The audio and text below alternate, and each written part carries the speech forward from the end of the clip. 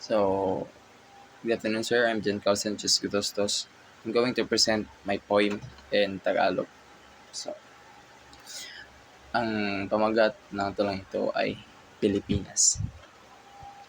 Pilipinas, Pilipino. Pilipinas, tahanan ng mga Pilipino kung saan may iba't ibang mga talento. May magaling sa larangan ng sports, patalinuhan, at kung sa ano pa. Tinangkilik ng buong mundo dahil sa kasipagan at kainisan nito. Oo, tinagurian tayong hanes pero ba't ganun ang ating gobyerno? Maraming korupsyon na kung saan ang mga proyekto na dapat ay ganito o ganire para sa mahihirap ay binulsa nila. Masakit man na tinagurian tayong honest people pero hindi natin kayang maging totoo sa ating mga sarili at sa ating bayan. Ang laking sampal, di ba?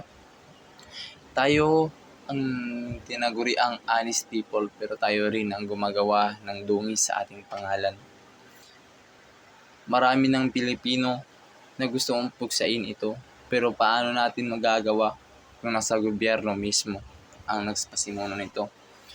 Gusto natin mag-aral pero hindi natin kaya. Gusto natin mag-excel sa iba't ibang larangan sa sportsman pero hindi tayo kayang suportahan nila. Gusto natin na maglayag, maging malaya pero paano yun nililimitahan tayo nila. Siguro nga totoo ang kasabihan, hindi mawawala ang dumi dito sa ating lipunan dahil ang dumi mismo ay nanggaling mula sa taas ng ating pamahalaan. Kawawa naman. Kawawa tayong mga Pilipino kung saan ganon-ganon na lang kung tawagin. Ganon-ganon na lang kung magsumikap sa buhay pero anong nangyayari sa atin?